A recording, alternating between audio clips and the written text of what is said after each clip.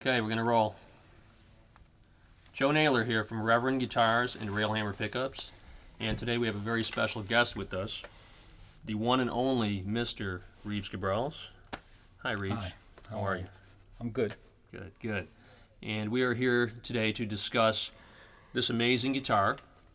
And what we have here is the new Reeves Gabrels II signature guitar from Reverend Musical Instruments. And we're going to talk about it a little bit, go over some features, and Reeves is going to demonstrate for us too. So let's start with the body.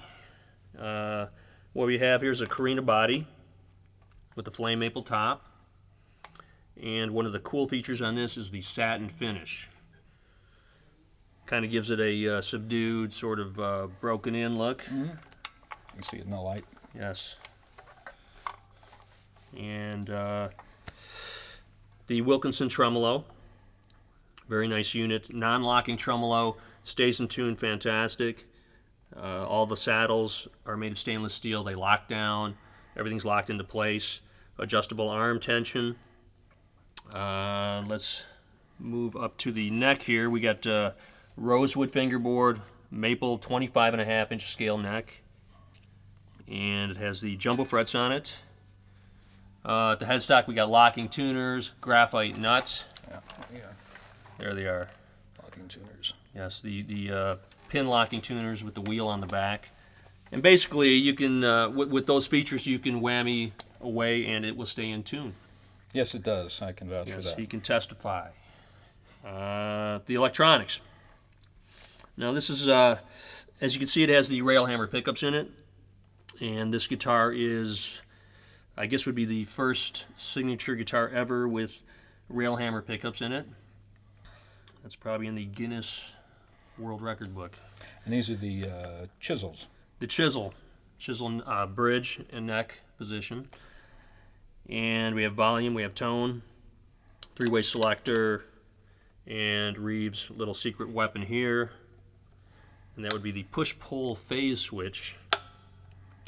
And why don't we run through some tones here? Well, before we get to that, why don't you talk about the pickups and the electronics a little bit, Reeves? Well, the other thing is the bass roll-off. Yes, of course. We skipped the bass roll-off. So combined with the between the volume of the tone and the bass roll-off, even though one of the cool things about it is the electronics, is that you can thin out.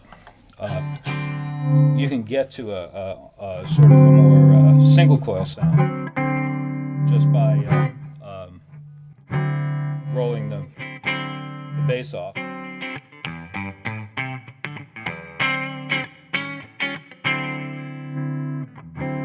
bring the bass back in, you've got kind of a rounder neck pickup jazz tone. Jazzier tone. If in the middle position, which is where the phase switch comes into play, you can pop that out and you get that.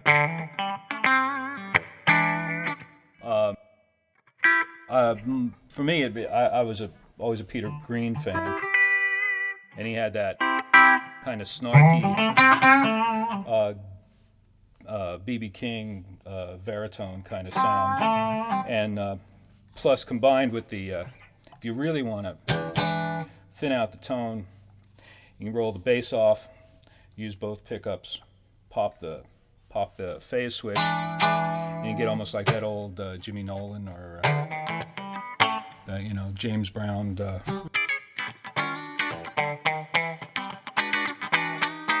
Kind of thing. So this guitar, I mean, you can go from very, very clean to very dirty. Oh yeah.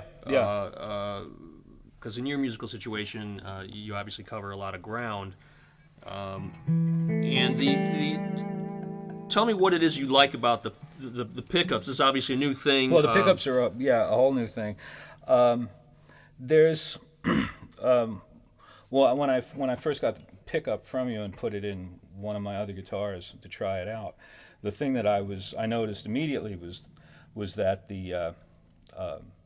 it seemed like as I played higher up the neck on the unwound strings, I mean, it's the first pickup that I'm aware of that actually accommodates the fact that, you know, was it 40 years ago, 50 years ago, when guitar players realized that they could swap out the wound G string and put an unwound G string. Okay. Nobody's really acknowledged that in 50 years, you know. And what I noticed when I first plugged it in was that the notes, the further up the neck I got on the unwound strings, the notes seemed to become fatter. That was my impression. And then when I did like palm muting, heavier stuff, that there was still a definition to the wound strings, okay. And that's where the bar magnet is, the straight magnet.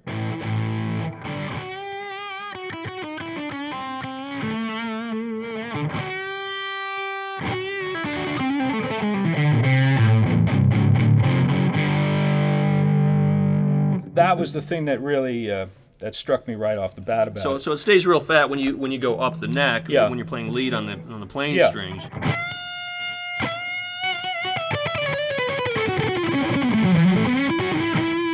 But you still hold on. You still hold on to that the definition between the notes.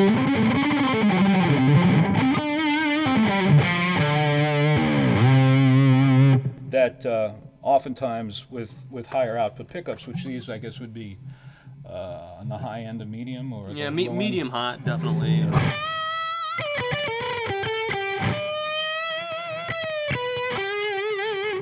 And I like the sort of overtone blossom with that.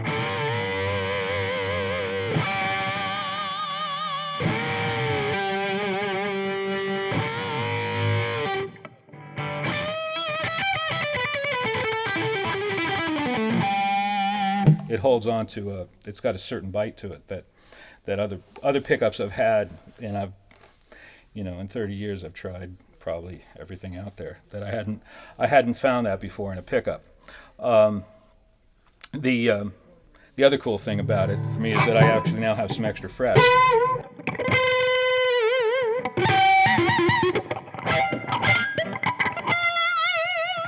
But so that'd be somewhere up near the 30th fret maybe. Yeah, that's like I think it's somewhere between a on the A string. It's between a B and a C. But I don't expect that everybody's going to be looking for that. But you know, it's there if you need it. Sometimes you need that extra.